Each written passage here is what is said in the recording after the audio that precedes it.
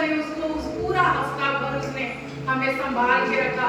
हम जहाँ भी गए परमेश्वर ने हमारे आने और जाने को आशीष किया, सुरक्षित किया। उस पिछले हफ्ते को हमने उसके अनुग्रह को और उसकी दया को अपने जीवनों में देखा। आइए जैसे भजन संहिता 113 कहता है, यहोवा सारी जातियों के ऊपर महान है और उसकी महिमा आकाश से भी ऊंची है। हमारे परमेश्वर यहोवा के तुल्य कौन है? वह तो ऊंचे पर विराजमान है और आकाश और पृथ्वी भी दृष्टि करने के लिए उसके आगे झुकता है।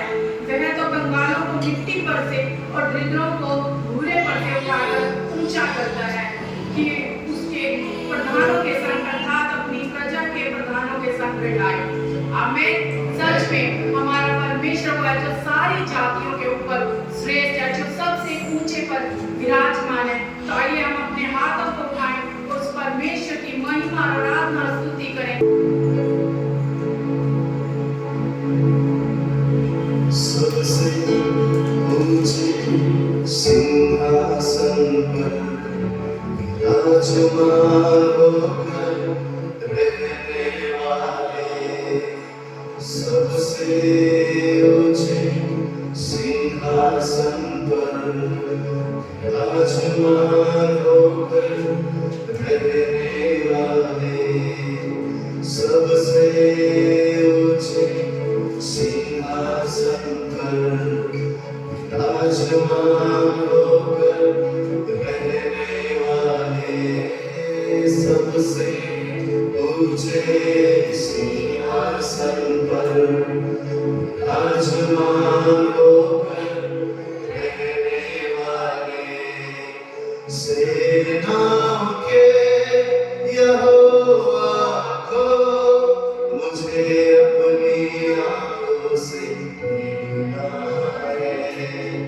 सेनाओं के यहोवा को मुझे अपनी आंखों से देखना है।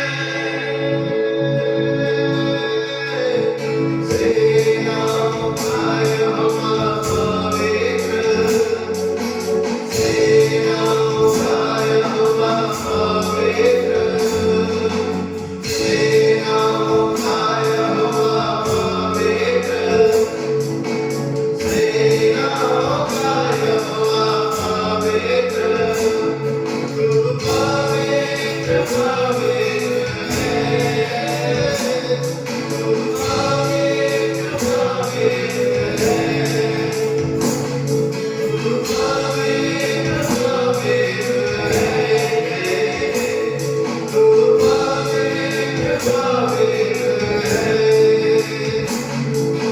सबसे ऊंचे सिंहासन पर विराजमान होकर रहने वाले, सबसे ऊंचे सिंहासन पर विराजमान होकर रहने वाले, सबसे ऊंचे सिंहासन पर विराजमान होकर रहने वाले, सबसे ऊंचे सिंहासन पर विराजमान होकर रहने वाले, सेनाओं के यहोवा को मुझे अपनी आंखों से देखना है।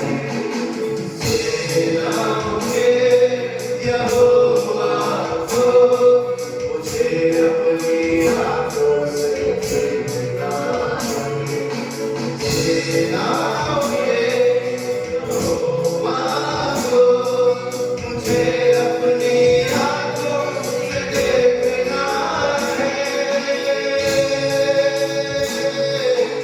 सेनाओं का यहोवा पवित्र, सेनाओं का यहोवा पवित्र, सेनाओं का यहोवा पवित्र,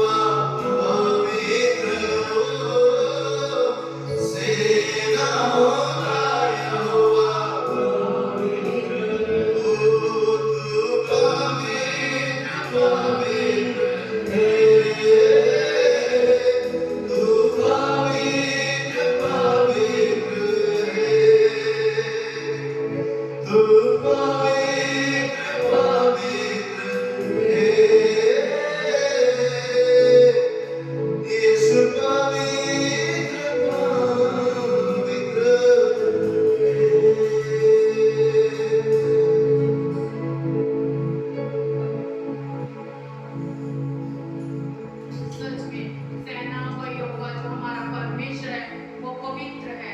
उसके जैसा और कोई ना था, ना कोई है और ना कोई होगा। जैसे अगला गीत कहता है, जो सदा का राजा। सच में कई बार हम देखते हैं कई लोग आते हैं जाते हैं, लेकिन हमारा परमेश्वर वो है जिसका राज का कभी अंत ना होगा, जो युगानुयुग का परमेश्वर एक समान रहने वाला परमेश्वर है। सच में एक महिमा जो है उसकी वो कभी कम नहीं थी। हर दिन उसकी महिमा जो बढ़ती जाती है, जो बादशाहों का बादशाह, जो सेनाधीश परमेश्वर है जिसका कभी अंत ना होगा।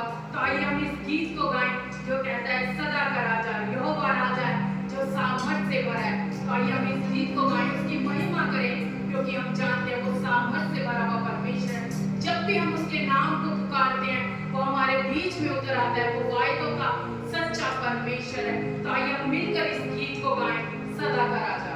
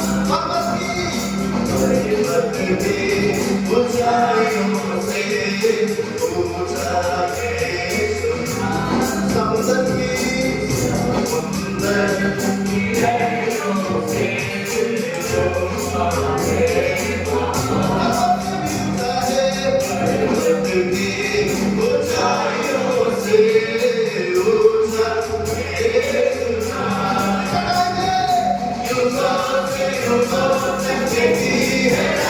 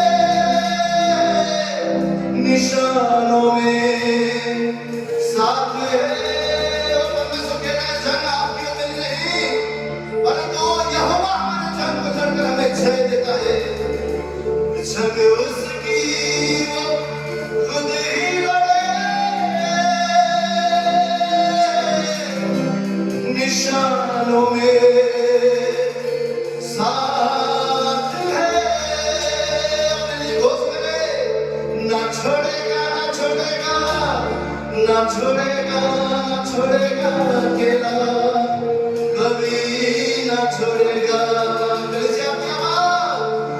ना छोड़ेगा ना छोड़ेगा ना छोड़ेगा ना छोड़ेगा अकेला कभी ना छोड़ेगा फिर से कोई विश्वास के साथ कहे ना छोड़ेगा ना छोड़ेगा ना छोड़ेगा ना छोड़ेगा अकेला कभी ना छोड़ेगा कभी नहीं कभी नहीं कभी नहीं छोड़ेगा कभी नहीं कभी नहीं कभी नहीं छोड़ेगा कभी नहीं कभी नहीं कभी नहीं छोड़ेगा कभी नहीं कभी नहीं कभी नहीं छोड़ेगा ना छोड़ेगा ना छोड़ेगा ना छोड़ेगा ना छोड़ेगा अकेला कभी ना छोड़ेगा ना छोड़ेगा ना छोड़ेगा ना छोड़ेगा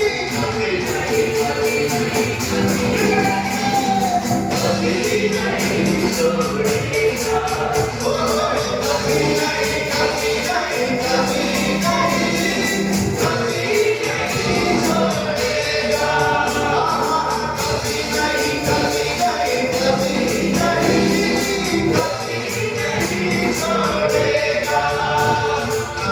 छोड़ेगा अकेला कभी ना छोड़ेगा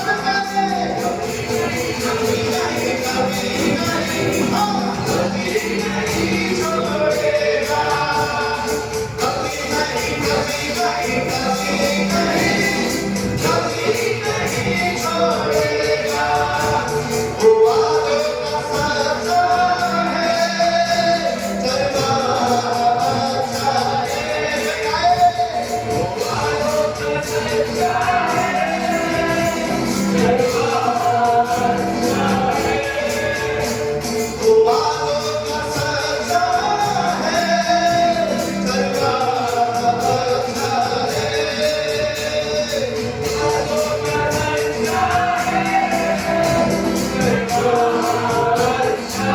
नहीं कभी नहीं कभी नहीं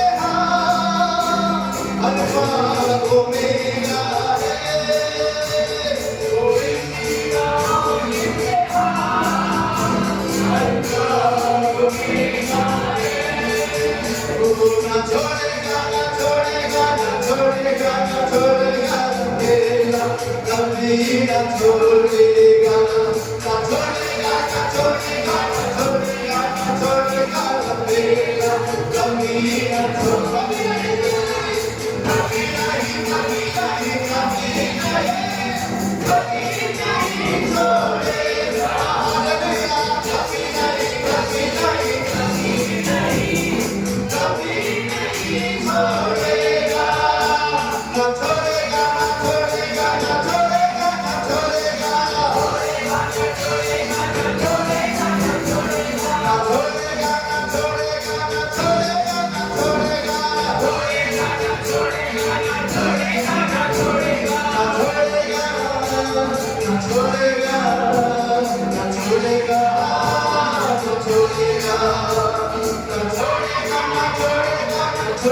ना छोड़ेगा ना छोड़ेगा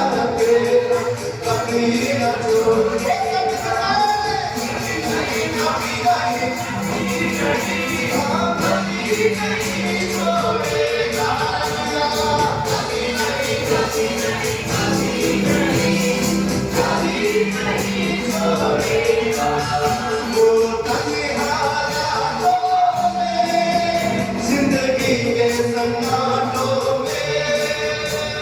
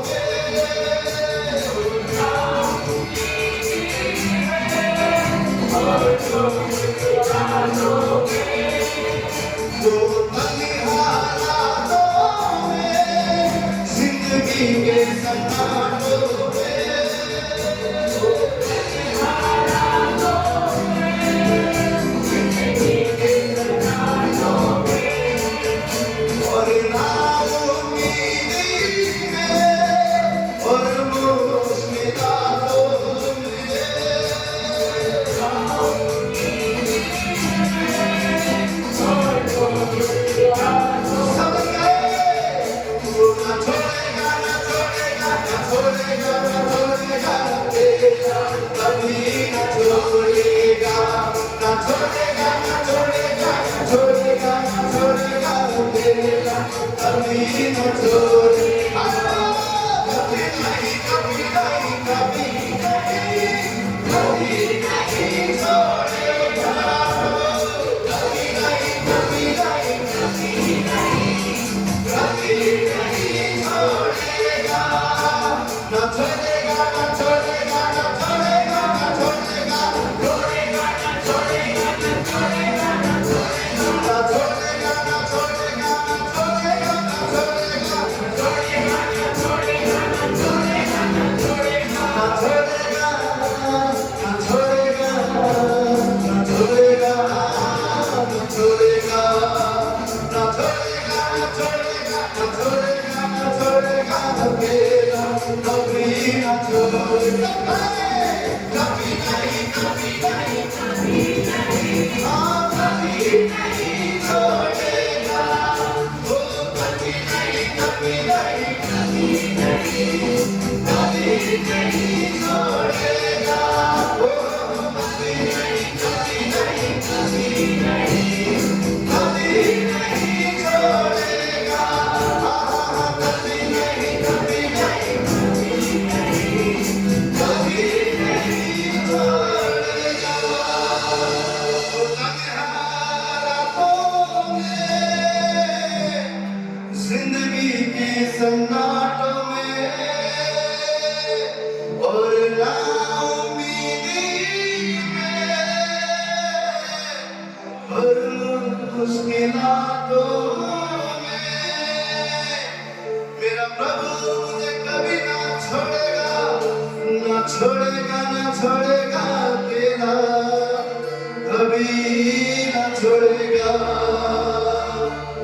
वो ना छोड़ेगा, ना छोड़ेगा, ना छोड़ेगा, ना छोड़ेगा। वो पहले वो शैतान आपके काम में आपको कह रहा है तू अकेला है, परंतु परमेश्वर आपको मुझसे कह रहा है मैं तुझे आगे बढ़ाने वाला खुदा, तुझे साथ देने वाला परमेश्वर, मैं तेरे संग संग हूँ। उसका वचन कहता है चाहे हम घोर अंधकार से भरे तराई के बीच से क्यों ना गुजरे, परंतु खुदा हमारे साथ है। वो तन्हा रातों में जिंदगी के सन्नाटों में और नाउमीदी में और मुश्किलातों में तू पिता कभी न छोड़ेगा, न छोड़ेगा, न छोड़ेगा, न छोड़ेगा अकेला कभी न छोड़ेगा। कभी नहीं, कभी नहीं, कभी नहीं, कभी नहीं छोड़ेगा। कभी नहीं, कभी नहीं, कभी नहीं, कभी नहीं छोड़ेगा। कन्फेस करें सब जन, कभी नहीं, कभी नहीं, कभी नहीं। Hallelujah, hallelujah. अपने जीवन के लिए वो कभी नहीं छोड़ेगा। कन्फेस करें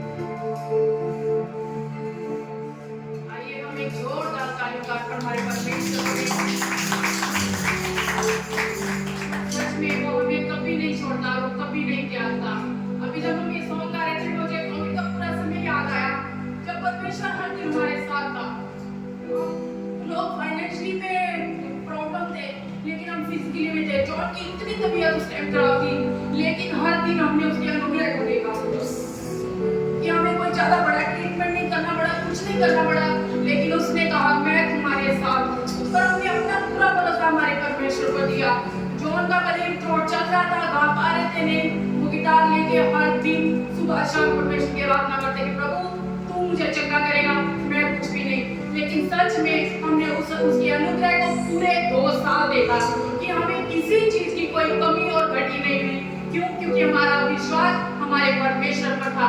आपका विश्वास अगर किसी रिश्तेदारों पर, किसी अपनों पर होगा, वो कभी आपका विश्वास टूट सकता है, गिर सकता है, लेकिन जब आपका परमेश्वर अपने जिंदा खुदा पर भरोसा होगा, वो ना तो आपको कभी गिरने देगा और हमेशा आपको अपना हाथ पकड़ के वो आपको चलाएगा।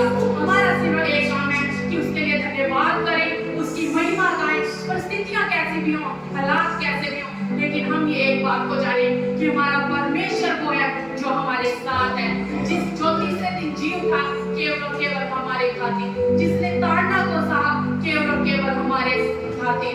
तो इसलिए आइए हम अपने हाथों को उठाएं, जो घुटनों पर आ सकते हैं घुटनों पर आए, उसके नाम की महिमा और स्तुति करें। मेरा तो तू ही सहारा है। सच में आज हमारा सहारा केवल और केवल एक ही है, वो हमारा जीवित परमेश्वर, हमारा यीशु मसीह है। तो आइए आज हम उसको पुकारें कि प्रभु तू हमारा सहारा है, तेरे सिवाय हमारा कोई और नहीं। तो आइए इस गीत को गाएं। अगर तू ना चलाए तो कौन चलाए, तू ना खिलाए तो कौन खिलाए। सच में मुझे लगता है हमने नहीं, हर एक जन ने कोविड के समय में परमेश्वर के अनुग्रह को, उसकी दया को देखा होगा। सबसे बड़ी बात तो यह कि आज हम सब जीवित हैं, ये उसकी महत्वता है, क्योंकि कई लोग उस कोविड के समय में इस दुनिया को छोड़कर चले गए सिर्फ इसलिए एक डर की वजह से।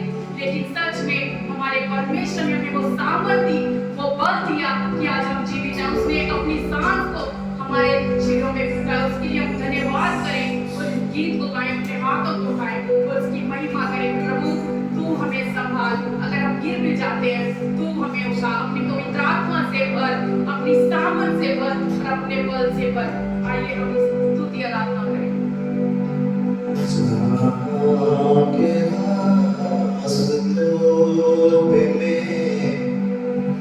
अकेला चल न पाऊंगा, अगर जो चलना चाहूंगी फिसल के मैं जाऊंगा।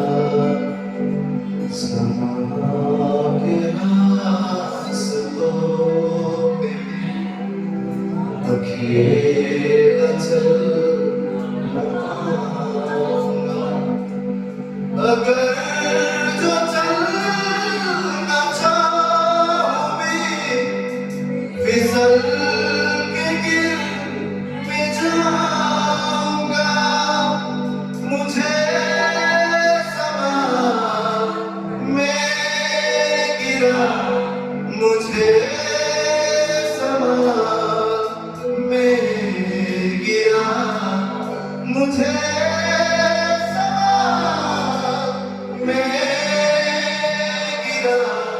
मुझे समा में गिरा। सहारा मुझे तू चाहिए, सहारा दे मुझे खुदा, सहारा मुझे तू चाहिए, सहारा दे मुझे खुदा, मुझे सहारा दे गिरा, मुझे सहारा दे गिरा, मुझे सहारा दे गिरा, मुझे सहारा दे गिरा। सहारा मुझे तो चाहिए, सहारा दे मुझे खुदा, तू ही है सहारा ठिकाना, तू ही है सहारा मेरे खुदा, तू ही है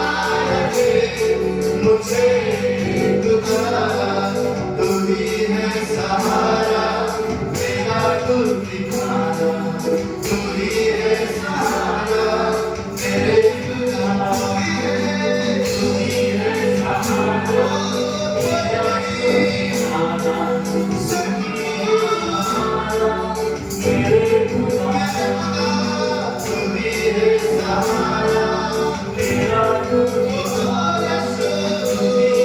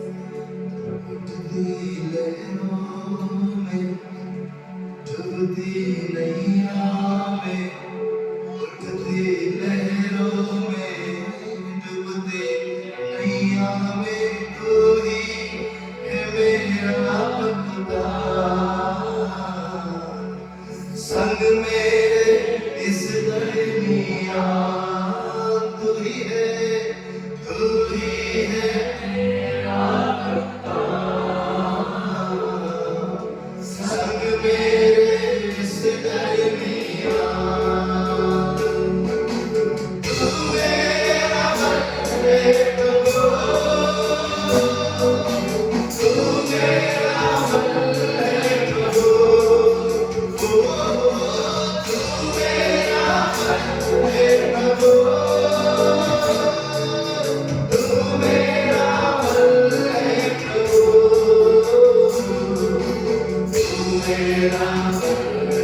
प्रभु तू मेरा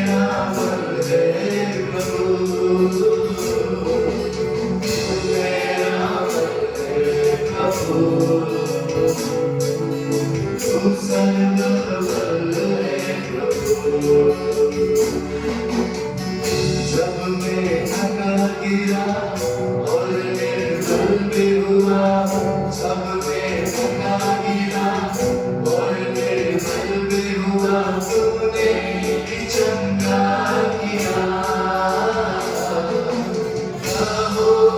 शाहो मेरा तुझे चंगा तूने चंगा किया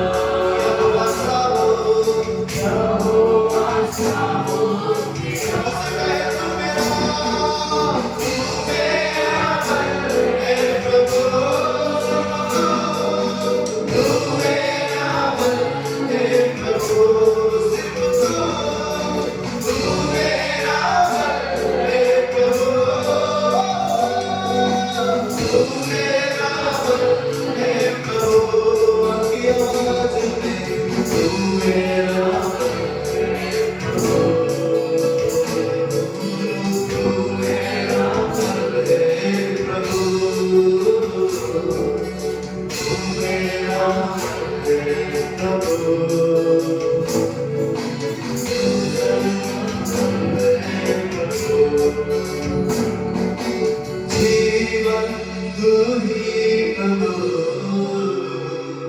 मेरा प्यार भी तू ही प्रभु खूबसूरती तू ही यीशु मेरा सब कुछ तू ही मेरा जीवन तू ही प्रभु मेरा प्यार भी तू ही प्रभु खूबसूरती तू ही प्रभु मेरा सब कुछ तू ही प्रभु ओ तू मेरा है प्रभु तू मेरा है प्रभु ओ तू मेरा है प्रभु तू मेरा है प्रभु तू मेरा प्रभु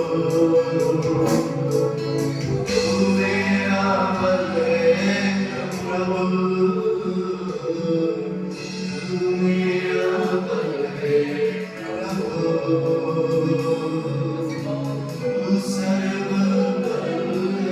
प्रभु मेरा जीवन तू ही प्रभु मेरा प्यार तू ही यीशु खूबसूरती तू ही प्रभु मेरा सब कुछ है तू ही कलीसिया की आवाज मेरा जीवन तू ही प्रभु मेरा प्यार भी तू ही प्रभु हालेलुया खूबसूरती तू ही यीशु मेरा सब कुछ तू ही प्रभु मेरा जीवन तू ही प्रभु छोड़ कहीं और नहीं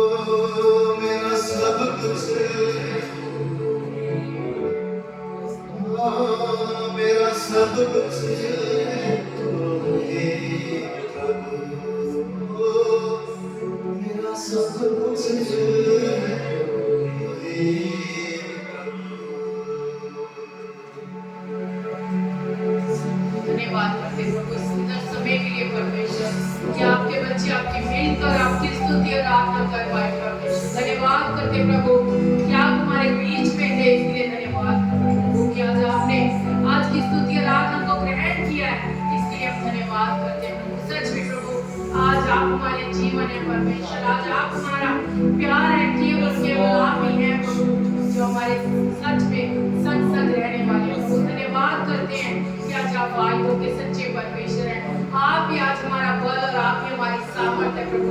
आज की पूरी सभा को आगे का समय हम आपके हाथों में सौंपते हैं। धन्यवाद के साथ इस प्रार्थना को हमारे प्रभु यीशु के नाम से मांगते हैं। हर एक जन कहे आमीन। आइए हमें जोरदार तालियों से हमारे परमेश्वर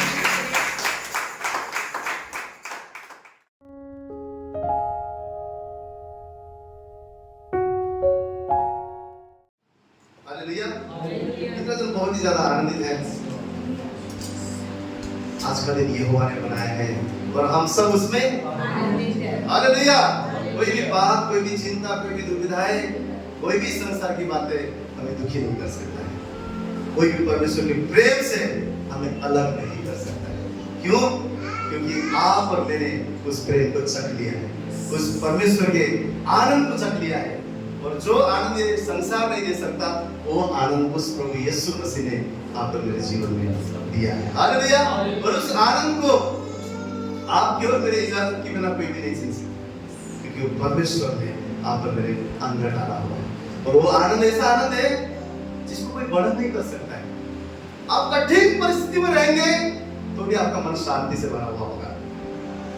आप दुख में रहेंगे, आप आंसू में रहेंगे, आप पीड़ा में रहेंगे, आप ऐसे मुश्किल हालात में रहेंगे तो भी आप टूटेंगे नहीं, तो भी आपका नाश नहीं होगा, तो भी आपका अस्तित्व मिट नहीं जाएगा।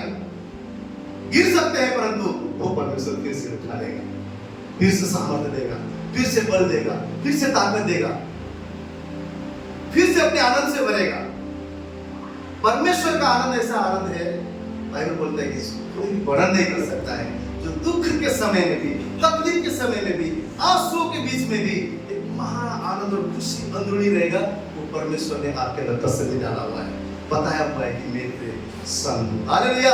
और उस इमानुएल परमेश्वर जो मरा, जो गाड़ा गया, हमने ईस्टर संडे मनाया, परमेश्वर के वचन को सुना, इतिहास गवाह है, कोई भी जी नहीं उठा, आपका मेरा खुदा जी उठा। हालेलुया। और वो यीशु मसीह ने अपने चेलों को जब बोला, उन्होंने विश्वास नहीं किया। ऐसा होगा क्या बोल रहे प्रभु, समझ में नहीं आ रहा, तीसरे दिन जी उठूंगा। परंतु आपका मेरा परमेश्वर जो बोलता है वो होता है, जो बोलता है वो होता है। पहाड़ियां टल जाएंगे, सब कुछ मिट जाएगा, परंतु जो परमेश्वर का वचन है वो कभी नहीं मिटेगा। जो उसने बोला है वो सच्चा है, वो सदा हाँ और आमीन के साथ होगा। हालेलुया। कितने लोग विश्वास करते हैं कि मेरा परमेश्वर का वचन मेरे जीवन में पूरा होगा? आमीन। आमीन। वो वचन हमारे जीवन में जरूर पूरा होगा, क्योंकि वादों का सच्चा परमेश्वर। बाइबल में एक वचन बहुत अच्छा लिखा है, जब भी कभी हमें घमंड करने का सोच आता है ना, प्रभु बोलते हैं तेरे नाम के निमित्त मैं कार्य करता हूँ।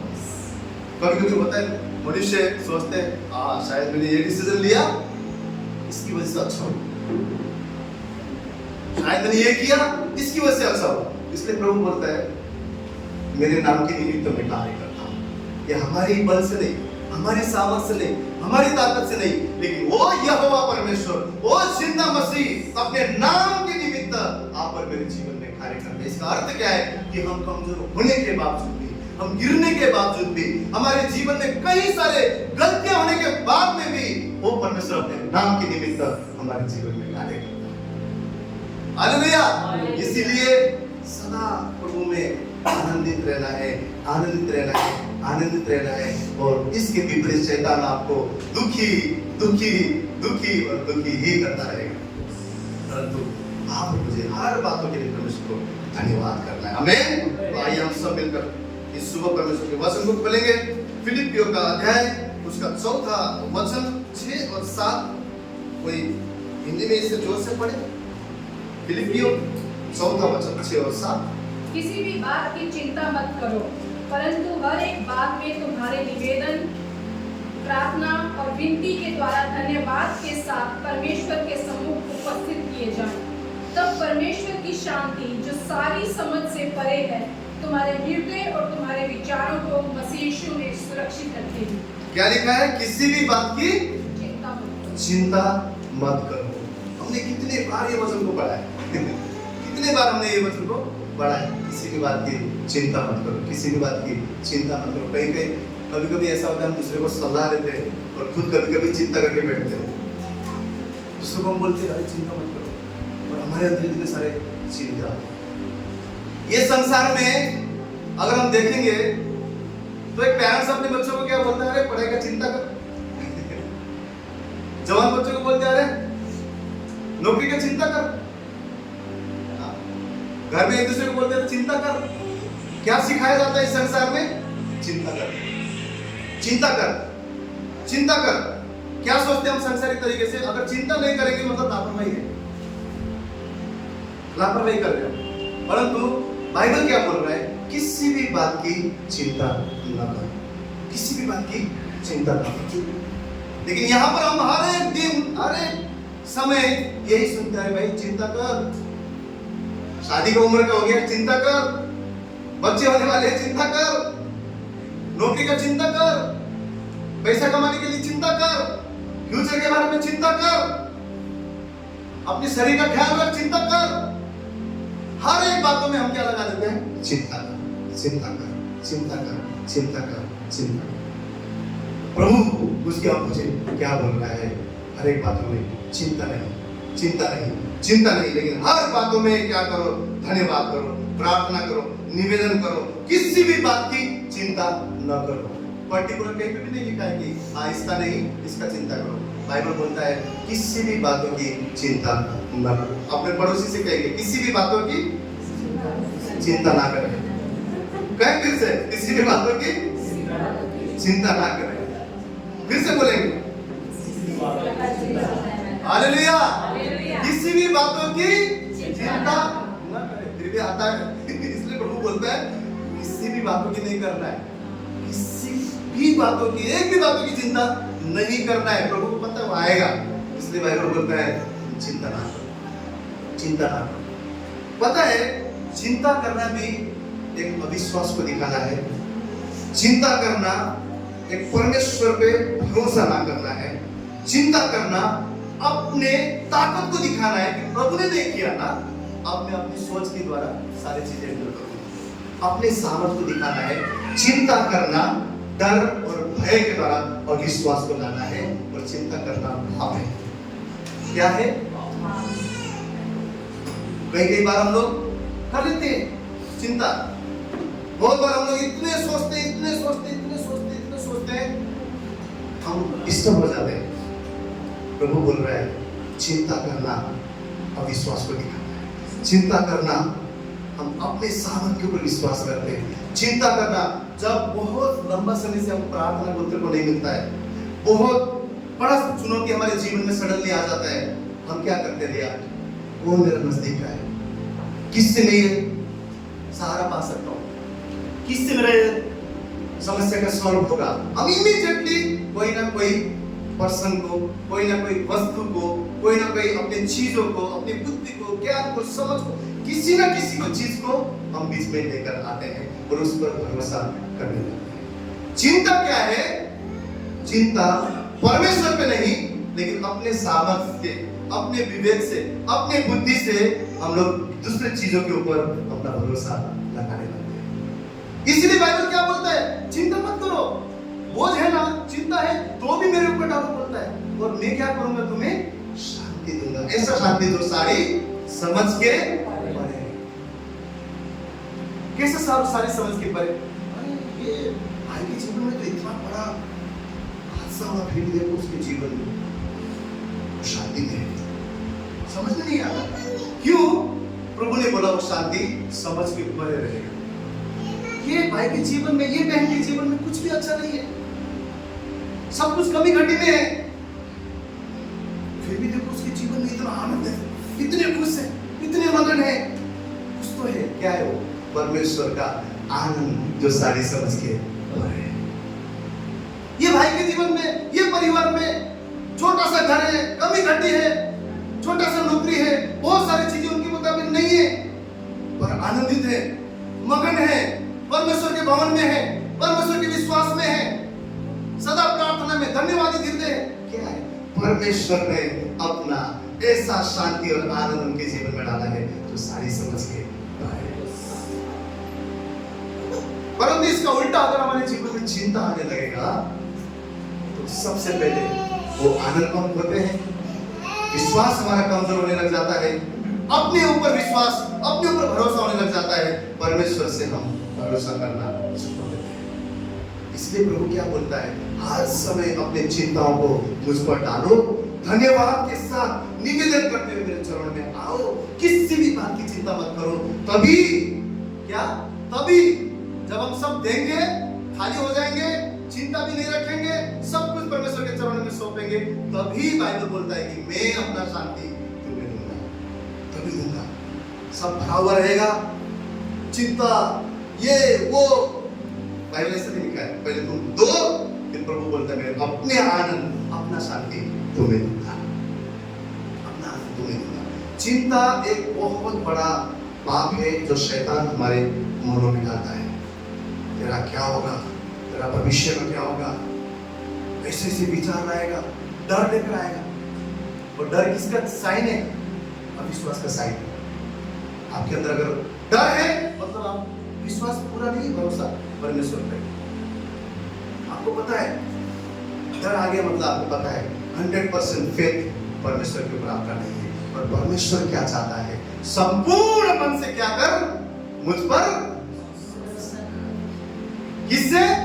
संपूर्ण मन से, संपूर्ण मन से, अपनी समझ की सहारा, परंतु संपूर्ण मन से यहोवा पर भरोसा कर, यहोवा पर भरोसा कर। मतलब अपना चिंता नहीं, तनाव नहीं, एवरीथिंग परमेश्वर को देकर प्रभु तेरे शांति से भर दे, तेरे ऐसे शांति से भर जो सारी समझ के भरे है। और आज प्रभु हमें क्या सिखाना चाहता है कि चिंता के द्वारा हमारे जीवन में हम कुछ भी नहीं कर सकते हैं। चिंता एक पाप है जो प्रभु हमारे जीवन में नहीं चाहता है, क्योंकि पहला पत्रस 5 और 7वां अध्याय 7वां वचन क्या लिखा हुआ है?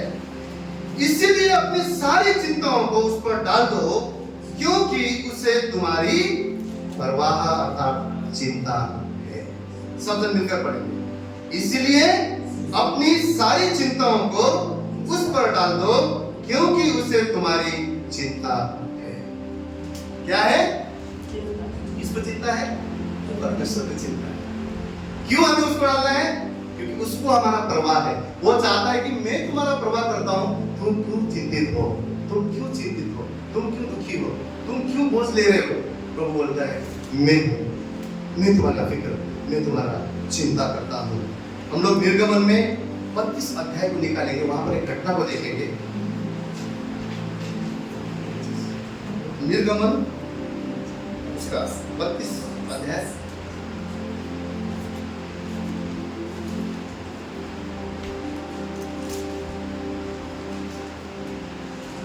वहां पर हम लोग सब देखने वाले हैं।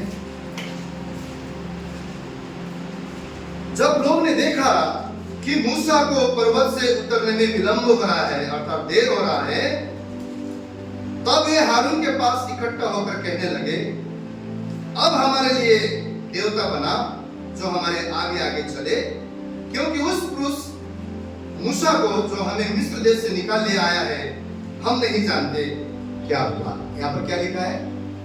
इससे पहले क्या होता है?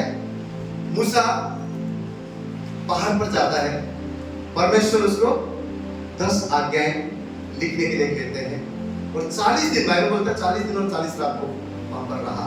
और जब विलंब हो जाता है, देर हो जाता है नीचे इजरायली लोगों के बीच में, तो इजरायली लोग क्या करने लगते हैं कि परमेश्वर जो परमेश्वर से मिलने मूसा गया है वो लेट हो गया बोल के क्या करने लगते हैं, अब हम उसको छोड़ देंगे, हम अब है ना हमें अगुवाई करने वाला, हमें आगे ले जाने वाला, हमें सहारा देने वाला, हमें बचाने वाला, अब हम ऐसा सोने चांदी से एक बछड़ा, एक देवता बनाएंगे और अब हमारा क्या करेगा? अगुवाई करेगा। ऐसा सोचने लगता है। इससे हमें पहला चीज क्या समझना है? बहुत बार हमारे जीवन में जब प्रार्थना लंबा समय तक नहीं सुना जाता, जब किसी चीज की हमें विश्वास से प्रभु सुनेगा परंतु प्रभु हमारे समय में नहीं देता है, हम शॉर्टकट मारने लगते हैं, हम अपना बुद्धि का प्रयोग करने लगते हैं और सोचते हैं मैं ये करूंगा और ये चीज के ऊपर भी फेथ रखूंगा, इस तरह कार्य पर भरोसा करूंगा। बहुत बार एक विश्वासी क्या सोचता है पता है, जो बाहर अविश्वास में है ना वही बुद्धि पूजा करता है। परंतु मैं आपसे कहता हूँ परमेश्वर से जो भी चीजों को हम परमेश्वर से आगे रखते हैं वो एक मूर्ति पूजा है। क्यों? क्योंकि आप उस चीज के ऊपर भरोसा कर रहे हैं, आप उस इंसान के ऊपर भरोसा कर रहे हैं, आप उस टैलेंट के ऊपर भरोसा कर रहे हैं, आप उस धन के ऊपर भरोसा कर रहे हैं जो परमेश्वर को देखने के लिए दिखने नहीं दे रहा आपके जीवन में। क्योंकि परमेश्वर आपके बीच में वो चीज आया है, वो क्या है? मूर्ति पूजा है, वो मूर्ति पूजा है। और बाइबल में क्या लिखा हुआ है? मैं एक जलन करने वाला परमेश्वर हूं। क्या लिखा है? जलन करने वाला परमेश्वर। गुड फ्राइडे को हमने सुना, हो प्रभु तूने हमें खरीदा है, ईस्टर को हमने सुना प्रभु तू जिंदा है और उस पुनरुत्थान का सामर्थ हमारे जीवन में है। प्रभु आज कह रहा है मैं जलन करने वाला परमेश्वर हूं। तुम्हारा विश्वास और भरोसा कहाँ है? किस चीज पर तुम्हारा विश्वास और भरोसा है? बहुत बार हम सोचते हैं ये लोग पूजा करते हैं, ये करते, लेकिन बाइबल हमें ये सिखाता है किसी भी वस्तु पर परमेश्वर को छोड़कर हम उस चीज पर भरोसा करते हैं वो एक मूर्ति पूजा है। यहाँ पर वही हुआ, मूसा इस्राएली को लेकर आया, जब पहाड़ पर गया देर हुआ आने के लिए तो ये लोग सोच लिया कि अब ये अगवा नहीं करेगा, हमें कोई और अगवा करेगा। और ये पहला चीज परमेश्वर में सिखाना चाहता है, किसी चीज में विलंब हो रहा है, किसी चीज में देरी हो रहा है तो उसको धन्यवाद करें, परंतु हम अपना समझ का सहारा ना लें। खुदा से कहे प्रभु मेरे समय नहीं, तेरे समय में मैं जानता हूँ उत्तम बातें आने वाला है, उत्तम चीजें होने वाला है, उत्तम चीज तू मेरे जीवन में जोड़ने वाला है। मैं जानता हूँ मेरे नहीं परंतु तेरे समय में। एक चीज पहला हमें सीखना है। दूसरा, हारून से उसने कहा तुम्हारी स्त्रियों और बेटे बेटियों के कानों में से सोने की बालियां और उतारो और मेरे पास ले आओ। तब सब लोगों ने उनके कानों से सोने की बालियां उतारा और हारून के पास ले आए। हारून ने उनके हाथ से लिया और एक बछड़ा ढालकर और टाकी से गड़ा। तब लोग कहने लगे हे इज़राइल, तेरा ईश्वर जो तुझे मिस्र देश से छुड़ा लाया है वो यही है। यह देख के हारून ने उसके आगे वेदी बनवाई और यह प्रचार किया कल यहोवा के लिए पर्व होगा। और दूसरे दिन लोगों ने घोर को उठाकर होम बलि चढ़ाए और मेल बलि ले आए और बैठकर खाया पिया, उठकर खेलने लगे। क्या किया गया? किसी और चीज पर विश्वास किया गया और परमेश्वर का महिमा किसी और चीज को दिया गया। परमेश्वर जलन करने वाला परमेश्वर जो परमेश्वर का है, परमेश्वर को महिमा, आदर, गौरव, सम्मान, स्तुति, प्रशंसा उस यहोवा परमेश्वर को ही मिलना चाहिए। पहला चीज उन्होंने क्या किया? विलंब होने की वजह से अब हमें कोई और नियंत्रण करेगा, चलाएगा, अपनी मर्जी से उन्होंने एक मूर्त बनाया। दूसरा चीज उन्होंने क्या किया? परमेश्वर की महिमा को उस चीज के ऊपर दिया। आज अधिकतर लोग परमेश्वर के कार्य को, परमेश्वर की मेहरबानी को, परमेश्वर की दया को, परमेश्वर के प्यार को, क्या परमेश्वर ने हमारे लिए किया है, उन चीजों को भूलकर, क्यों पता है? प्रभु अगर होता तो मेरा क्यों नहीं सुना? इतना मैंने प्रार्थना किया, इतना साल में प्रभु में था ना, नहीं सुना ना प्रभु ने, अब मैं चर्च नहीं जाऊंगा, अब मैं बाइबल नहीं पढ़ूंगी, अब मैं आराधना नहीं करूंगी, अब मैं विश्वास ही नहीं करूंगी। क्यों? प्रभु ने विलंब किया, प्रभु ने देर किया। दो तरीके के विश्वासी, कोई क्या सोचता है प्रभु चंगा करने वाला खुदा है, पूरा पवित्र शास्त्र में उसके वादे वो चंगा करता है, लेकिन क्या सिर्फ चंगा करने वाला परमेश्वर आपका और मेरा परमेश्वर है? क्या आप सिर्फ चंगा करने वाला चंगाई के लिए उस परमेश्वर के पीछे हैं? परमेश्वर कहते हैं मैं तुम्हारी जरूरत को पूरा करूंगा। क्या सिर्फ सप्लाई पाने के लिए, जरूरतें पूरा करने के लिए, सिर्फ उतने के लिए आपका परमेश्वर है? परमेश्वर कहता है मैं तुम्हें शांति दूंगा। क्या सिर्फ शांति के लिए हम परमेश्वर के पास आ रहे हैं? बहुत लोग सिर्फ यीशु मसीह को एक अंश करके, एक हिस्सा करके देते। जितना जरूरत है उतना ही मेरा परमेश्वर है। और जिस दिन अगर वो नहीं मिला, लेकिन परमेश्वर आपको मुझसे क्या चाहता है पता है? शद्रक, मेशक, अबेदनगो के समान विश्वास चाहता है कि हम इस पाप के सामने, इस शैतान के सामने नहीं झुकेंगे और हमारा परमेश्वर हमें बचाएगा। नहीं भी बचाया तो भी इस आग के भट्टी में हमें फेंक, पर हम इसके सामने नहीं झुकेंगे, नहीं झुकेंगे। अगर आप वनली ब्लेसिंग, वनली चंगाई, वनली शांति, वनली एक पाठ को लेकर चलेंगे, जब वो पाठ आपके जीवन में नहीं मिलेगा, विलंब होगा, आप उस खुदा को भूल जाएंगे। हमें जड़ मजबूत करना है, हमें बुनियाद बताना चाहिए कि मसीह क्यों आया है। यीशु मसीह ने भी चंगा किया, लेकिन क्या यीशु मसीह ने ये बोला सिर्फ चंगाई करने वाला ही मैं बाबा हूं? यीशु मसीह ने बोला, एक बार क्या हुआ पता है? 70 चेले लोग, कितने चेले थे यीशु मसीह के? 70 चेले थे। उसमें से सब जाने लगे। जब प्रभु की बातें सुनना ना कठिन लगा उनको, अरे बाबा रे, यहाँ पे तो है ना, बहुत सारे दिन ऐसा होता है, हम टेस्टिमनी देते हैं, प्रभु में आते हैं, बाद में जब कलीसिया में करेक्शन दिया जाता है, धीरे धीरे अरे बाप रे, नहीं, हमारे मुताबिक नहीं है, हमारे मुताबिक प्रचार नहीं है, हमारे मुताबिक आराधना नहीं है। 70 चेले थे, सब धीरे धीरे गए। कितने बचे? 12 में से भी एक क्या बोलते हैं बाइबल? शैतान था।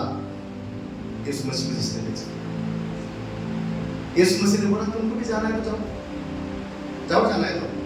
उसमें से पतरस ने क्या कहा? प्रभु हम कहाँ जाएं? जीवन की बातें तो तेरे पास।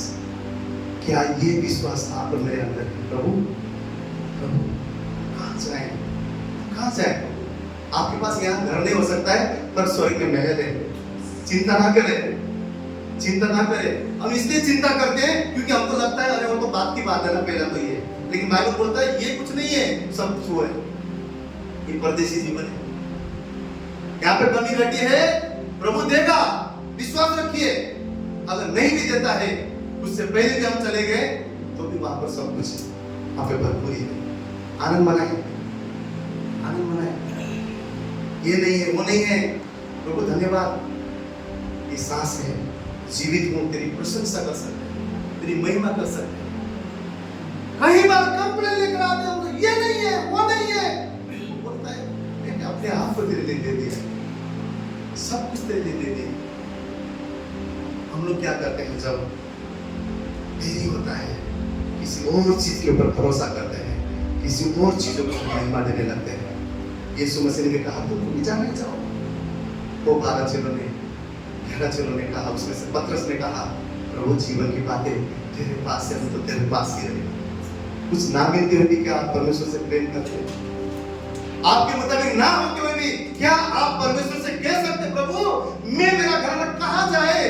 तेरे पास जीवन है, तेरे पास जीवन है, हम कहाँ जाए प्रभु?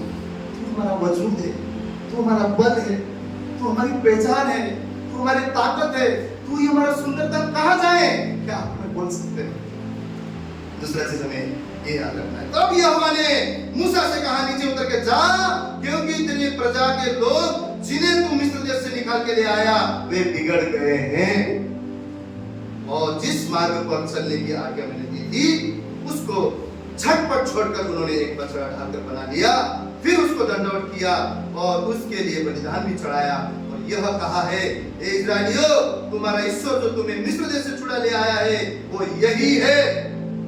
फिर यहोवा ने मूसा से कहा मैंने इन लोगों को देखा और सुन वे हठीले हैं, अब मुझे रोक मत, मेरा कोप उन पर भड़का उठा है जिससे मैं उन्हें भस्म करूंगा, परंतु तुझसे एक बड़ी जाति उपजाऊंगा। परमेश्वर चेतावनी दे रहा है, परमेश्वर चेतावनी दे रहा है, परमेश्वर चेतावनी दे रहा है, कह रहा है मैं अभी इनको भस्म करूंगा, इनको मैं भस्म करूंगा, परंतु तुझसे मैं एक जाति बनाऊंगा। परमेश्वर यहाँ पर एक बहुत बड़ा डरावना चेतावनी दे रहा है कि उनका विनाश होगा। ये कभी ना भूले जिसने अपना एकलौता पुत्र दिया वो परमेश्वर आप मेरे से ईर्ष्या रखता है, जलन करता है। उसकी महिमा हम उसको देना सीखे, उसके आदर हम उसको करना सीखे, उसकी प्रशंसा करने सीखे। उस परमेश्वर को हम आदर और महिमा सदा देना सीखे। तो चिंता से बात शुरू हुआ, डर से बात शुरू हुआ, भय से बात शुरू हुआ। अब हमारा क्या होगा? बीच रास्ते में लाकर छोड़ दिया, वो तो चला गया, इतने समय से नहीं आया, इतने साल से मसीह में हूं, इतने सारे वादे हैं, हमने घर छोड़ दिया, हमने परिवार छोड़ दिया, सब कुछ छोड़ दिया, हमारे पास आज भी कुछ नहीं है, अब हमारा क्या होगा? बहुत सारे सवाल उनके जीवन में भी आया और उन्होंने उस एक चिंता के वजह से, उस एक भय के वजह से, उस एक डर के वजह से उन्होंने अपना इच्छा से, अपनी सोच से, अपनी मर्जी से उन्होंने वहां पर परमेश्वर बनाकर उसकी महिमा को दूसरे के ऊपर दिया। इसका अर्थ क्या है? इसका अर्थ क्या है? आप और मेरे जीवन में हम तब तक परमेश्वर को नहीं देख सकते हैं जब तक कोई बीच में ऐसा चीज है, ऐसा मनुष्य है, ऐसी बातें हैं जिस पर आप उससे ज्यादा भरोसा करते हैं और उस चीज परमेश्वर की नजर में मूर्त है और उस चीज को परमेश्वर तोड़ता है। मेरे जीवन की मैं एक्सपीरियंस बताता हूँ। भले मैं आपसे छोटा हूँ, आप लोग मेरे दीदी, मम्मी, ऐसे पिताजी उम्र के लोग हैं, मैं आपसे कहता हूँ जितना ज्यादा आप किसी पर भरोसा करेंगे, जितना ज्यादा ट्रस्ट करेंगे, उतना बड़ा आपको एक दिन जरूर धोखा मिलने वाला है। जितना ज्यादा आप अपने टैलेंट पे खर्च करेंगे, एक दिन वही टैलेंट आपको मिलेगा। जितना ज्यादा आप रिश्तेदारी में विश्वास करेंगे, ट्रस्ट करेंगे, परमेश्वर से ज्यादा उस पर भरोसा करेंगे, वो चीज जरूर एक दिन टूटा जाएगा। क्यों पता है?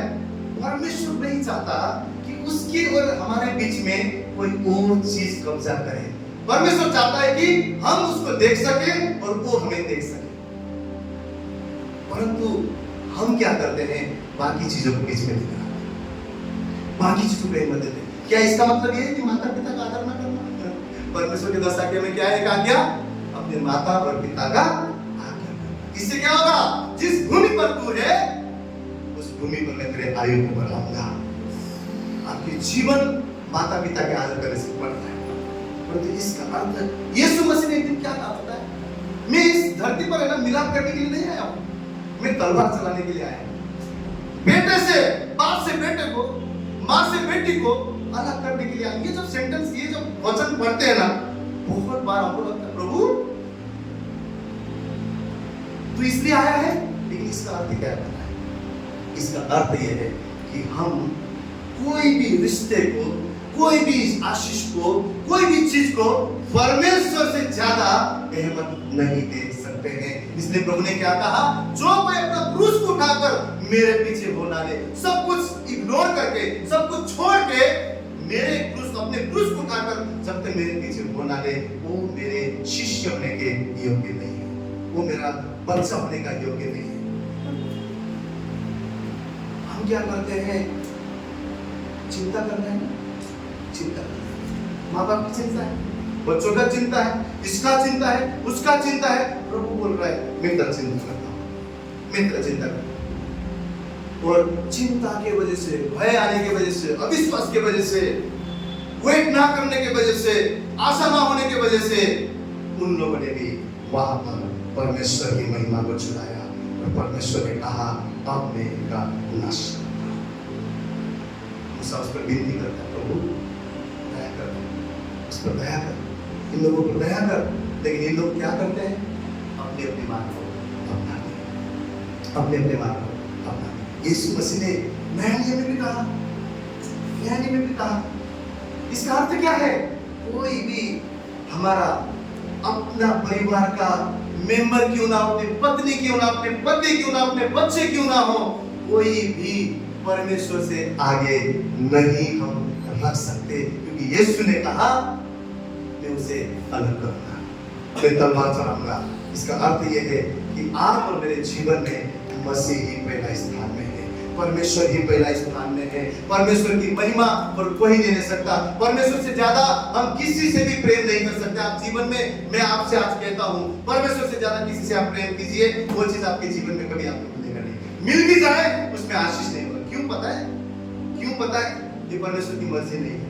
अब्राहम जब निकला परमेश्वर ने अब्राहम को आशीष किया, ब्लेस किया, राष्ट्र को पिता बनाया, सब कुछ उसको दिया।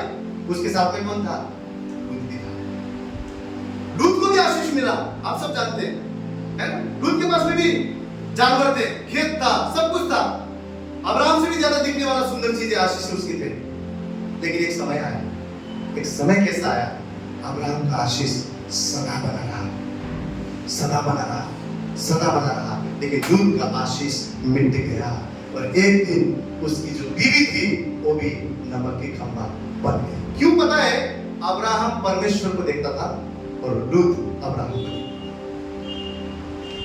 आपके जीवन में और मेरे जीवन में परमेश्वर का जगह कोई नहीं ले सकता है, परमेश्वर की महिमा कोई नहीं ले सकता है, परमेश्वर का स्थान कोई नहीं ले सकता है। कितना भी चिंता हो, कितना भी दुख हो, उसको हमको परमेश्वर के हाथ में सौंपना है। परंतु हमें जरूरत नहीं है कि कोई और मेरा काम करेगा, कोई और पर्सन मेरा बल होगा, कोई और मुझे सहारा देगा, कोई और मुझे भरोसा है, और ये मेरे पर, इस पर मेरा भरोसा है, वो मेरा काम करने वाला है। आप फेल हो जाएंगे। परंतु हर एक बातों के लिए परमेश्वर को अगर आप मध्यस्थी करता अपना पहला स्थान करके रखेंगे, प्रभु ये मेरा कार्य है, ये मेरी बातें हैं, ये मेरी चीजें हैं, इस पर अनुग्रह कर परमेश्वर उन चीजों को आशीर्वाद कर। अब्राहम ने सदा परमेश्वर को देखा। परमेश्वर ने कहा मेरी उपस्थिति में चल, सिद्ध होते जाएगा, मेरी उपस्थिति तेरी जरूरत है, मेरी उपस्थिति में चल। वो परमेश्वर से जुड़ा रहा और लूत अब्राहम से जुड़ा रहा, लूत सदा अब्राहम के मुताबिक चलता रहा। आज आप किसको देख रहे हैं? आज आप किसको देख रहे हैं? क्या परमेश्वर आपका ऐसा रिश्ता परमेश्वर के साथ में है कि आप कुछ भी होता है पहले आप उसके चरणों में भागते हैं, या पहले आप दूसरे के पास आके बोलते हैं ये कठिनाई है, ये है, मुझे ये दो, मुझे वो दो, मेरे लिए प्रार्थना करो। मैं एक दूसरे के लिए प्रार्थना करने के बारे में विरोध की बातें नहीं कर रहा हूँ, वो प्रार्थना अलग प्रार्थना है। परंतु आपका अपना विश्वास के बारे में क्या, आपका अपना रिश्ते के बारे में क्या, क्या आपके जीवन में सब कुछ से बढ़कर परमेश्वर है? क्या परमेश्वर है? शद्रक मेशक अबेदnego को जब डाला गया, क्या उससे पहले परमेश्वर आके बचाया? नहीं बचाया, नहीं बचाया। उनको जाना पड़ा, ऐसा फेथ था उनके अंदर। उनको गए, वो आग की भट्टी में गए। ठीक है प्रभु हमें बचाएगा, नहीं भी बचाएगा ना, हमें डालना है तो डाल। ऐसा प्यार परमेश्वर के लिए, ऐसा जुनून परमेश्वर के लिए था। और उन्होंने क्या किया? उन तीनों शद्रक मेशक अबेदnego को तीनों को डालकर बांधकर, हाथ बांधकर भट्टी के अंदर आग के अंदर डाल दिया। तो राजा क्या देखता है? कोई तो चौथा पर्सन भी, व्यक्ति भी उस आग के बीच में है। वो कौन था? प्रभु यीशु मसीह, जो उसको बचा रहा था। कई बार पता है आपको भट्टी में जाना पड़ेगा, जाना पड़ेगा।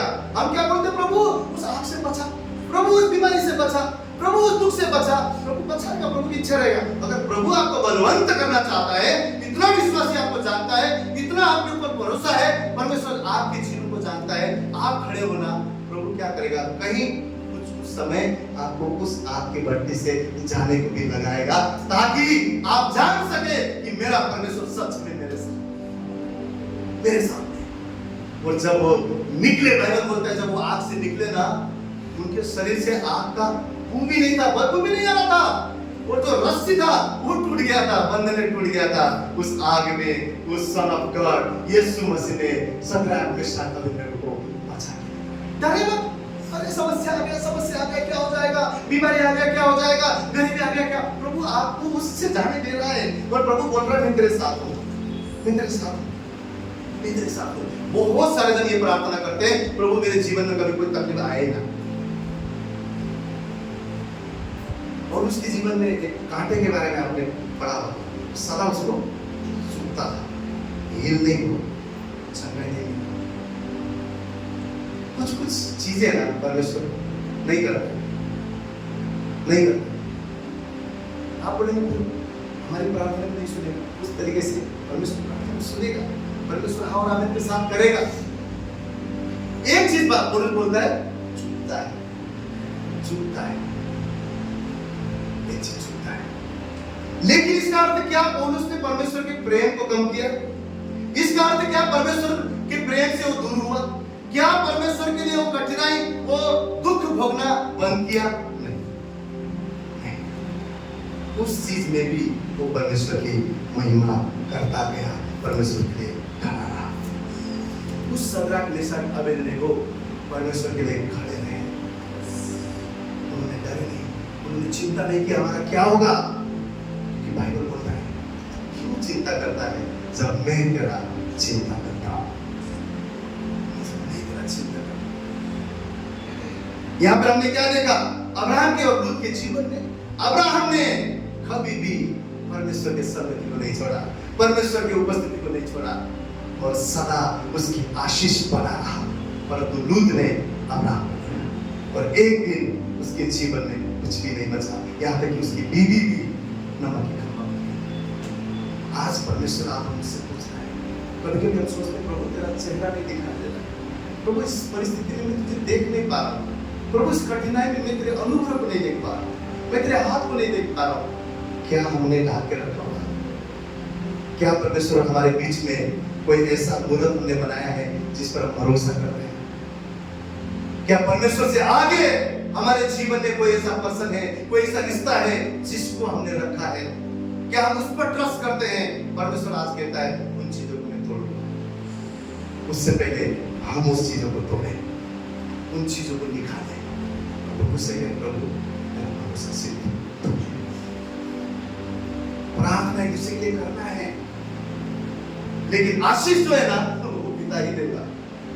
आप परमेश्वर के दासों के साथ, आप परमेश्वर के लोगों के साथ, एक दूसरे के साथ बाइबल बोलता है प्रार्थना करो, एक दूसरे के लिए दुआ करो, लेकिन हमें उन पर भरोसा नहीं करना है। क्योंकि मेरे जीवन में मैंने देखा है जिन्होंने परमेश्वर से ज्यादा सिर्फ परमेश्वर के लोगों पर भरोसा किया है वो आज प्रभु में भी नहीं है। क्यों पता है? जब उनके जीवन में रियल घटना आया ना, जब चुनौती आया ना, वो खड़े नहीं रह सके। क्यों? क्योंकि उनके अंदर सिर्फ परमेश्वर नहीं इंसानों के ऊपर भरोसा था। लेकिन बाइबल बोलता है वो हमारी चट्टान है, वो हमारा सर्वस्थान है। जिसने उस पर घर बनाया वो घर आधी तूफान में हिल नहीं सकता, मिट नहीं सकता। आपका घर के कोई सदस्य प्रभु से दूर हो गया, आप नहीं बोलोगे यार वो दूर हो गया चलो मैं भी जाता हूँ। क्यों? आपका बुनियाद मजबूत है। आपको जानना है कि प्रभु मुझे सिर्फ चंगाई नहीं देगा, प्रभु मेरे पापों को मिटाकर मुझे अनंत काल का स्वर्ग देगा। इसलिए मेरा यीशु आया है। प्रभु मुझे सिर्फ धनवान नहीं बनाएगा, प्रभु मुझे अनंत काल का जीवन देगा जहां कोई भी दुख नहीं है। मेरा धन वहां है। प्रभु मुझे इस जीवन में वो ये नाम, और बाबर ये तो बहुत फेमस नाम है, मुझे फेमस करने के लिए वो सारे जन परमेश्वर की सहायता अपने आशीष पाने के लिए, अपने फेमस होने के लिए, बढ़ने के लिए, आशीषों के लिए, धन कमाने के लिए करते हैं। लेकिन नो डाउट प्रभु का वाचा है, प्रभु देगा। पहले मेरे राज्य की खोज कर सारी बातें तेरे जीवन में जुड़ता जाएगा, ये उसका वादा है। लेकिन परमेश्वर का सच्चा भक्त कौन है? परमेश्वर का सच्चा चेला कौन है? जो कुछ भी नहीं मिला ना वो भी कहेगा प्रभु जीवन की बात तो कहा है कि तेरे पास आ, तेरे पास आ। मैं कहाँ जाऊँ? तुझे छोड़ के मैं कहाँ जाऊँ? मेरे सामने ऐसे अन्य भाषा बोलने वाले, अन्य भाषा के उच्चारण करने वाले ऐसे प्रभु के दास आज यीशु मसीह में भी नहीं। क्यों? पता है ये दोस्त लगने वाली बात नहीं, सीखने वाली बात है। क्यों? क्योंकि मनुष्य पर भरोसा फलता है, परंतु परमेश्वर पे भरोसा करना, परमेश्वर पे अपना ईमान रखना आपके और मेरे लिए सदा लाभ की बात है, जीवन की बात है। परमेश्वर आज क्या सिखा है? क्या सिखा है? क्या आपकी परिस्थिति और हालात में क्या आप परमेश्वर के हाथ को नहीं देख पा रहे? क्या आप उसके चेहरे को नहीं देख पा रहे? तो आप और मैंने बैठकर जांचने की जरूरत है। प्रभु इस एरिया में क्या मैंने तुझसे ज्यादा किसी और पर्सन को, किसी और वस्तु को पहला स्थान दिया है? प्रभु उन गढ़ों को, उन दीवारों को मैं आज तोड़ता हूँ। प्रभु मुझे तू दिखने पाए, मुझे तू दिखने पाए। तू मेरा पहला स्थान है, मेरे बच्चे नहीं, मेरे बीवी नहीं, मेरे पति नहीं, मेरे रिश्तेदार नहीं, मेरा इनकम नहीं, मेरा बुद्धि नहीं, मेरा ज्ञान नहीं, मेरी समझ नहीं, मेरी ताकत नहीं, मेरी पहचान नहीं, परंतु तू मेरा सब कुछ है। प्रभु मैं तेरी ओर देखता हूँ, तू मेरा भरोसा है, तू मेरा ईमान है। प्रभु जो भी मेरे जीवन में कमी घटी है मैं जानता हूँ तू पूरा करेगा। मैं तेरी ओर देखता हूँ। जितनों ने तेरी ओर देखा उन्होंने रोशनी पाया। मैं रोशनी पाऊंगा, मैं बल पाऊंगा, मैं कभी भी प्रभु लज्जित नहीं होऊंगा, शर्मिंदगी में नहीं पड़ूंगा, क्योंकि मेरी नजर तेरे चेहरे के ऊपर है। कौन सी वो चीज है जो चीज की वजह से आज भी पाप में गिर जाते हैं, हमेशा से गिर जाते हैं? कौन सी वो दीवार है, कौन सी वो व्यक्ति है, कौन सा वो चीज है जिसकी वजह से आज भी हम परमेश्वर को दूसरा स्थान पे लाते हैं? परमेश्वर अच्छा है, उस दीवार को तोड़ो, उस दीवार को तोड़ो। क्यों? क्योंकि मेरी रोशनी तुम पर पहुंचना जरूरी है, तुम मुझे देखना जरूरी है। उस दीवार को तोड़ो। मैं आपसे कहता हूं, अगर हम नहीं तोड़ेंगे ना, परमेश्वर उस दीवार को एक दिन जरूर तोड़ेगा, और वो हथौड़ा हमें सच में दुख देगा, तकलीफ होगा। इसीलिए हर दिन अपने आप को जांचो। थोड़ा है, हथौड़ी मार के सीधा करो, थोड़ा है, सीधा करो। एक बार दीवार बन जाएगा, फिर ऐसा अगर टेढ़ा है तो उसको तोड़ना ही पड़ेगा, दूसरा कुछ नहीं। वो सीधा होगा क्या? नहीं होगा। लेकिन मिस्त्री क्या करता है? रस्सी लेके, ये ईंट थोड़ा बाहर है, चलो उसको थोड़ा अंदर करो, उधर थोड़ा बाहर है, अंदर करो। क्या करता है? एवरी ईंट में वो ध्यान रखता है, बात तो नहीं है, सेट करता है दीवार को, इमारत को, और दिखने में फिर अरे वाह क्या बना है। ये संसार एक ट्रायल है।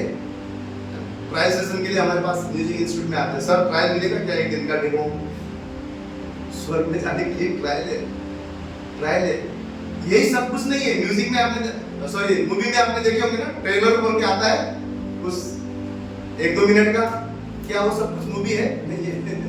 मेन उधर है, कुछ दिनों के लिए हम इस संसार में मुसाफिर हैं। सब कुछ एक दिन छोड़कर जाना है, सब कुछ नाश हो जाएगा। ये मोबाइल, ये कार, ये घर, ये गाड़ी, ये दौलत, ये नाम, फेम, एवरीथिंग, सब कुछ यहाँ पे एक दिन यही रह जाएगा, नाश हो जाएगा। आत्मा, मेरा आत्मा, हमारा सांस, हमारा प्राण, क्या हमारी आत्मा, क्या हमारा उद्धार हमने बचा के रखा है? क्या आज भी हम प्रभु को महिमा देते हैं? क्या आज भी हम उसके लिए रुकते हैं? वो कहते हैं प्रभु तुझे छोड़ हम कहाँ जाएं? तू ही तो जीवन का मार्ग है, तू ही तो मेरी शांति है। प्रभु मैं तुझे पहला स्थान देता हूँ। क्या आज भी हम ये कहने के लिए तैयार हैं? यशायाह का 6वां अध्याय को हम निकालेंगे, जहाँ पर उज्जियाह राजा के बारे में कहा गया है। आप इसे घर में पढ़ सकते हैं। यशायाह 6वां अध्याय, सिर्फ आप ध्यान दीजिए, घर में पढ़ सकते हैं। आप यहाँ पर देख सकते हैं उज्जियाह राजा के बारे में वहां पर लिखा हुआ है। तो उज्जियाह की मृत्यु के बाद यशायाह क्या देखता है? परमेश्वर के महान उपस्थिति को देखता है।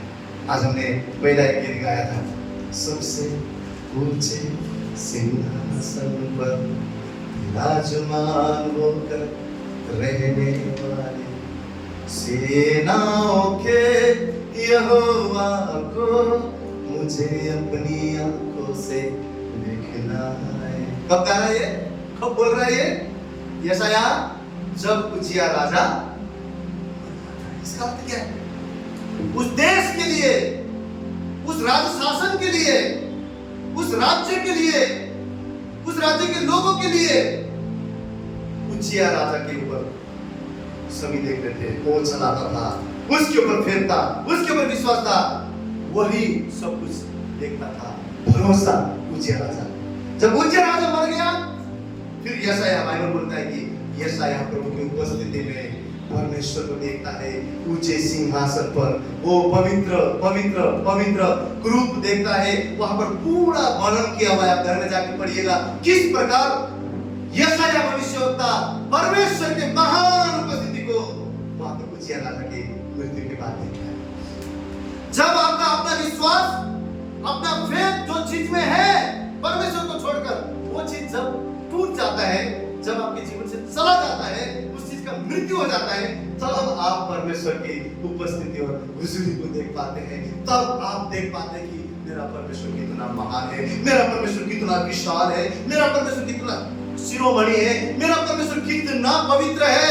यशायाह उज्जियाह राजा के बाद, मृत्यु के बाद ही वो देख पाया। आज आपके जीवन के ऐसा भरोसा, ऐसा विश्वास जो परमेश्वर को छोड़कर है, उस उजिया को मारना जरूरी है। तभी आप परमेश्वर को, परमेश्वर की महान महिमा को, परमेश्वर की पवित्रता को, परमेश्वर के सिंहासन को, परमेश्वर के अद्भुत कार्य को आप अपने जीवन में देख पाएंगे, देख पाएंगे। और वो दूसरा क्या देखता है? एक सराफ उस वेदी से एक अंगारा लेके आता है और उसके होठों को शुद्ध करता है, उसको क्लीन करता है, पवित्र करता है। इसका अर्थ ये है उसके उपस्थिति में हम अपने गलतियां, हम अपने कमी घटिया को पहचान पाते हैं। मैं आपसे कहता हूँ, जितना हमारा जीवन परमेश्वर से दूर रहेगा उतना हमको अपना जीवन ठीक लगेगा। क्या प्रॉब्लम है? ठीक रहे, कमा रहे, चला रहे, कोई बुरा नहीं कर रहे, ये नहीं कर रहे, अच्छा चल रहा है। जितना नजदीक आप परमेश्वर के पास जाएंगे उतना आप शुद्ध होते जाएंगे। आपका विवेक, एवरीथिंग परमेश्वर दिखाता जाएगा। यहाँ गलती है, यहाँ कमी है, यहाँ घटी है, यहाँ पे ये करना है, वहाँ पे ये करना है। परमेश्वर की उपस्थिति में आप सिद्ध होते जाएंगे। जैसे अब्राहम से कहा था, वो ये कमी घटी है, अच्छा मेरी उपस्थिति में सिद्ध होते जा। क्यों? परमेश्वर की उपस्थिति में दिखाता है क्या हमारे जीवन में कमी घटी है। क्यों संगति जरूरी है? क्यों चर्च जरूरी है? क्यों प्रार्थना जरूरी है? क्यों बाइबल पढ़ना जरूरी है? क्यों परमेश्वर की उपस्थिति जरूरी है? देखो हम तो बहुत अच्छे हैं, बहुत अच्छे हैं। परमेश्वर की उपस्थिति ही मन को तोड़ता है, आत्मा खुदे को छीनता है, बताता है तेरी कमी क्या है, तेरी गलती क्या है, और फिर हम कहते हैं प्रभु तेरे लहू से मुझे शुद्ध कर, उस बेटी के अंगारे से मुझे शुद्ध कर, मुझे पवित्र कर, मुझे अभिषेकित कर। अन्यथा आपको लगेगा विश्वास करता हूँ सफिशिएंट है, क्यों चाहिए?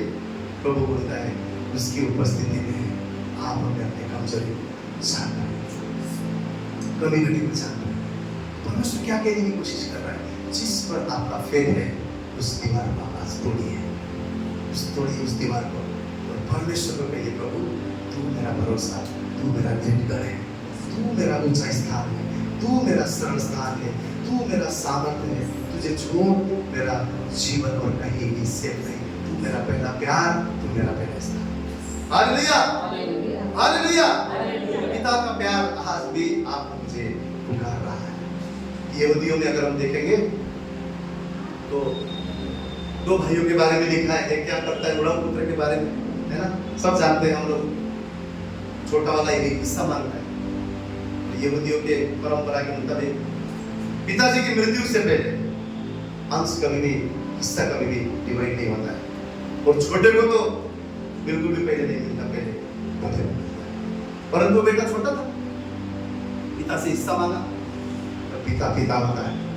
कई बार पता है हम लोग इतना जिद करते हैं परमेश्वर से, इतना जिद करते हैं मुझे चाहिए चाहिए चाहिए, उनको पता है पापा नहीं अभी दूंगा, ये चीज तेरे लिए हानिकारक है। क्यों? बाइबल हमें सिखाता है मेरी नहीं तेरी मर्जी पूरी हो, और बाइबल बोलता है हर दिन जितना हो सके मेरे शरीर और लहू की याद इस भोजन को लो, और उस प्रार्थना को हम करते हैं जिसमें क्या कहा जाता है मेरी नहीं तेरी। और हम प्रार्थना में इतने जिद्दी बन जाते हैं, इतने जिद्दी बन जाते हैं, मुझे यही चाहिए, यही चाहिए, यही चाहिए। अक्सर के बच्चों को बुलेट मांगेगा, आप दे देंगे?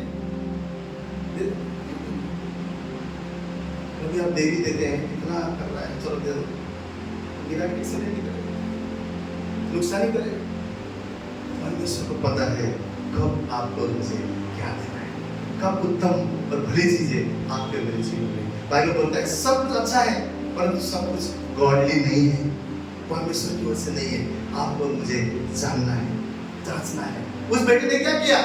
जिद किया, उन चीजों के बारे में सोचा, उधर जाऊंगा, मस्ती करूंगा, अपने मुताबिक चलूंगा, उड़ाऊंगा, सब कुछ करूंगा। और छोटे बेटे होने के बावजूद भी पिता से जबरदस्ती करके अंश मांगता है, हिस्सा मांगता है, और पिता कहता है ठीक, अच्छा वो पिता है, वो पिता है। कई बार हम अननेसेसरली अपनी इच्छा पूरा करने के लिए उससे लड़ते रहते हैं, मांगते रहते हैं, मांगते रहते हैं। वो बेटा गया, उस देश में क्या हुआ? अकाल आया, सब कुछ उसका खत्म हो गया। और एक दिन ऐसा हुआ कि सूअरों के बीच में सूअरों के लिए दाना हुआ, जो दाने थे वो खाने लगा। बैठ के सोचने लगा, पिता के घर में तो नौकर को भी अच्छा खाना मिलता है, कहाँ हूँ मैं, क्या कहा, अब मैं जाऊंगा, मैं मेरे पिता के पास आऊंगा, मैं लौटूंगा। सोचना आपको और मुझे ही पड़ेगा, सोचना आपको और मुझे ही पड़ेगा। क्यों परमेश्वर दिख नहीं रहा है? क्यों परमेश्वर के चेहरा को हम देख नहीं पा रहे? क्यों परमेश्वर के सामर्थ्य को हम देख नहीं पा रहे? क्यों प्रभु काम नहीं कर रहा है?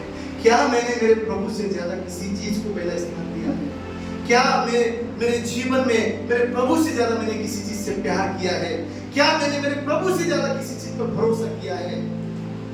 वो बेटे ने सोचा, अब मैं ना मेरे पिता के घर वापस आऊंगा। सोचा उसने और उठा तो पिता के पास वापस आया। बाइबल बोलता है दूर से ही वो पिता ने देखा।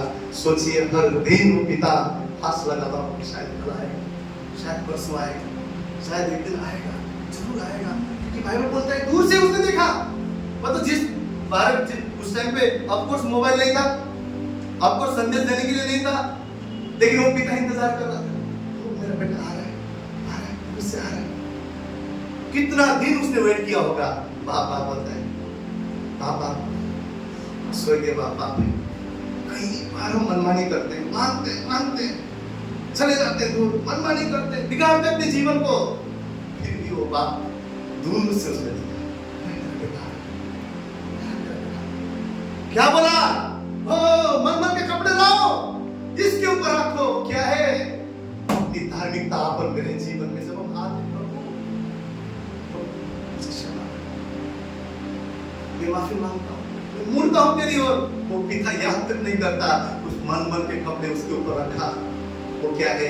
अपनी धार्मिकता हाथ पर मुझे ऊपर रखा। फिर क्या बोलता है? उंगली उसके ऊपर डाला गया। वो क्या चीज है? वो दुल्हा फिर से कह रहा है कि तुम मेरे दुल्हन हो जिसे मैं लेने आया। फिर जूते पहनाया। उसके बाद में क्या किया? एक वहां पर माला हुआ जो बच रहा था, उसका क्या किया? भोज किया गया, उसको मारा गया। मेमना जो यीशु मसीह यहाँ पर मेरे लिए मरा, सब कुछ वहां पे किया। और वहां पर वो इतना पार्टी रखा, भोज दिया गया, आनंद मना गया। और क्या बोला? ये तो मर गया था लेकिन जी गया है। जब हम परमेश्वर से अलग होते हैं, जब हम परमेश्वर की महिमा किसी और को देते हैं, जब हमारे जीवन में परमेश्वर से पहले किसी पर भरोसा करते हैं, हमारा आत्मिक जीवन बढ़ना शुरू होता है।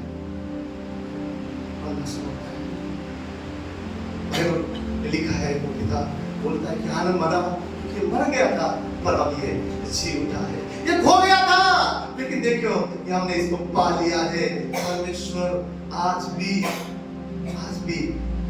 आप और मेरा इंतजार कर रहा है। अगर हमारे जीवन में किसी और चीज पर हमने अपना ईमान रखा है, हमने अपना भरोसा रखा है, हम किसी और मनुष्य पर भरोसा रखते हैं, आज परमेश्वर कह रहा है अगर मेरे उपस्थिति, मेरा चेहरा, मेरा सामर्थ्य तुम्हारे जीवन में दिखाई नहीं दे रहा है, आज परमेश्वर की सामर्थ्य अगर आपके हालात में नहीं दिखाई दे रहे, परिस्थिति में नहीं दिखाई दे रहे, जीवन में नहीं दिखाई दे रहा है, आपको और मुझे उस मूर्ख को तोड़ना जरूरी है, उस दीवार को तोड़ना जरूरी है, उस चीज को जिसको हमने पहला स्थान दिया है परमेश्वर से ज्यादा, उस चीजों को आज तोड़ने की जरूरत है ताकि परमेश्वर और हम रूबहू एक दूसरे के सामने हमें किसी को देख सके, परमेश्वर की प्रकाश हम पर चमक सके, परमेश्वर की महिमा हम पर चमक सके, परमेश्वर के सामर्थ्य हम पर चमक सके। क्योंकि परमेश्वर यीशु मसीह ने भी यही कहा, जो कोई मुझे छोड़कर अपने भाई या माता या पिता को मुझसे अधिक प्रेम करता है, उसका अर्थ यही कि वो उसके चेहरे होने के योग्य नहीं है। यही परमेश्वर यीशु मसीह कहना चाहते थे कि मैं अपना रोशनी पर दिखाना चाहता हूँ, मैं आश्चर्य के कार्य तुम्हारे जीवन में करना चाहता हूँ, मैं सामर्थ्य कार्य तुम्हारे जीवन में करना चाहता हूँ। उस दीवार को आज आपको मुझे तोड़ने की जरूरत है। आपसे कहता हूँ अगर हम नहीं तोड़ेंगे, एक समय परमेश्वर उसे तोड़ेगा। बहुत ज्यादा दुख और तकलीफ हमें होगा, इमोशनली बहुत ज्यादा दुख और तकलीफ होगा, हर तरीके से हमको दुख और तकलीफ होगा। क्यों पता है? क्योंकि इतना अटैचमेंट, इतना ज्यादा रिश्ता हो, पैसा हो, किसी भी चीज में अगर हमने मन लगाया है, वो चीज जब टूटता है, हम दुख होता है। आज हम अपने जीवन को जांचें, आज हम अपने जीवन को घर जाकर जब भी आप प्रार्थना में बसे, जब भी आप परमेश्वर की उपस्थिति में आए, मैं आपके लिए और अपने लिए भी विनती करता हूँ, हम उसकी उपस्थिति में परमेश्वर से कहें, प्रभु कौन सी जगह पर मैंने तुझे पीछे छोड़कर दूसरी चीज को पहला स्थान दिया है, उन दीवारों को मैं आज तोड़ता हूँ। तू मेरे जीवन में राज कर, तू मेरे जीवन में काम कर, तू मेरे जीवन में अधिकार बसा प्रभु, तू मेरे जीवन में आ। पता है जब परमेश्वर ने आदम को बनाया तो क्या कहा उन लोगों को, अब मैं तुझे सब चीज के ऊपर अधिकार देता हूँ। पर जब पाप आया, शैतान मनुष्य के ऊपर, बीमारी मनुष्य के ऊपर, श्राप मनुष्य के ऊपर, गरीबी मनुष्य के ऊपर राज करने लगा। परंतु परमेश्वर ने मनुष्य को राज करने के लिए बनाया था, परंतु एक पाप की वजह से बाकी सारी चीजें मनुष्य पर राज करने लगा। और यीशु मसीह ने उस जो अधिकार शैतान ने ले लिया था ना, क्रूस पर जाकर अपने लहू से उसको खरीदकर हमारे पापों के लिए, अपराधों के लिए तोड़कर वापस उस नरक में जाकर शैतान के हाथ से उस अधिकार को वापस उसने छीन कर लाया और कलीसिया को दिया। जो भी उसमें विश्वास करते हैं तो विश्वासी भाई बहनों को वो सामर्थ दिया। आज एक चिंता की वजह से जिसको हम कुछ भी नहीं समझते, सोच के मनुष्य चिंता करना है। आज हमें वो चिंता कहीं हमारे जीवन में परमेश्वर की महिमा को तो नहीं चुरा रहा है। हम किसी और चीज पर तो भरोसा नहीं कर रहे, किसी और चीज पर तो विश्वास नहीं कर रहे। आज हमें जांचने की जरूरत है। उन सारे दीवारों को हम तोड़ेंगे, उन सारे मूर्तों को हम तोड़ेंगे जो परमेश्वर को हमें देखने नहीं दे रहा है, जिसको हमने परमेश्वर से पहले रखा है। उन सारी चीजों को हम तोड़ेंगे। आज उसकी उपस्थिति में प्रभु से कहेंगे, प्रभु यशायाह के समान उस वेदी के अंगारे से मुझे शुद्ध कर दे, मुझे पवित्र कर दे। अब मैं तेरा दुल्हन हूँ प्रभु, मेरे जीवन में तुझसे बढ़कर और कोई नहीं। तू मेरा पहला प्रेम है, मैं तुझे पहला स्थान देता हूँ। हर एक मेरे आशीषों में मैं तुझे पहला स्थान देता हूँ। मेरे जितने भी ज्यादा रिश्ते हैं उसमें मैं तुझे पहला स्थान देता हूँ। मेरे हर एक चीजों पर मैं तुझे पहला स्थान देता हूँ। तू मेरा पहला प्यार है, तू मेरा खुदा है। और परमेश्वर कहता है, मैं ही आदर और महिमा के योग्य परमेश्वर हूँ और वो ही योग्य नहीं है, वो परमेश्वर योग्य परमेश्वर है। आज हम और आप मिलकर उस परमेश्वर को आज से हमारे जीवन में पहला स्थान दे, उसको कार्य करने दे और जो भी बातें उसकी ओर से नहीं है उसको तोड़े और सदा सदा परमेश्वर की महान उस रोशनी को हम देख पाए और परमेश्वर की उस रोशनी के द्वारा हम सर्वंदगी में नहीं लेकिन विजय के जीवन को हम जी सके। हालेलुया। परमेश्वर हम सबको आशीर्वाद करे इस वचन के द्वारा। कोटि कोटि धन्यवाद देता हूँ। आइए केवल यीशु मसीह के लिए एक जोरदार ताली बजाएं।